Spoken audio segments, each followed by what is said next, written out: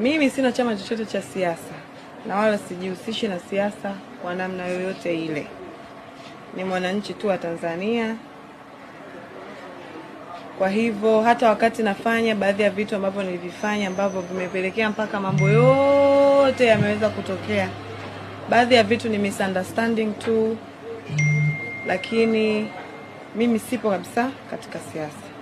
Ila namshukuru Mungu kwamba uchunguzi umefanyika sehemu tofauti tofauti na msamaha umeweza kupita wa Mheshimiwa Rais. Vitu vimeweza kuwa vyepesi na leo niko nyumbani. Lakini zaidi ya yote nishukuru mamlaka zote na nimshukuru sana mamangu kipenzi. Nilipata taarifa nikiwa ndani, bado sijapata nafasi ya kuona vyote maana ni vingi. Mimi mwenyewe akili yangu kwa sasa hivi bado I'm not in a mood to explain so much about anything, lakini tu nimshukuru mama yangu kwa vyote alivyofanya, kwa namna alivyonipigania kama mzazi, familia yangu kwa ujumla, marafiki zangu na Mheshimiwa Rais. Kwa kifupi sina mengi ya kuongea. Ila nashukuru Mungu niko nyumbani, nimerudi salama. Ni hivyo tu.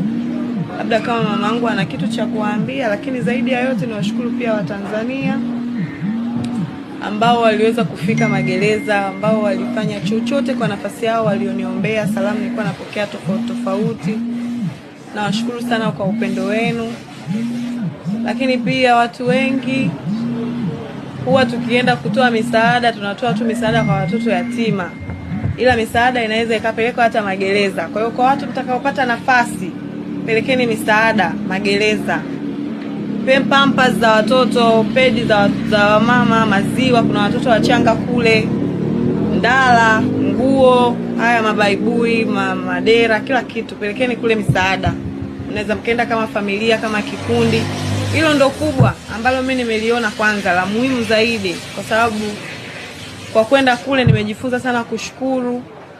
Allah amenifundisha kushukuru. Kuna vitu vingi tunavifanya, unakuwa huru kama hivi, unaona tu ni kitu cha kawaida, ni vitu ambavyo we take for granted. Lakini uhuru, yani thamani ya uhuru ni kubwa sana. Thamani ya amani ni kubwa sana.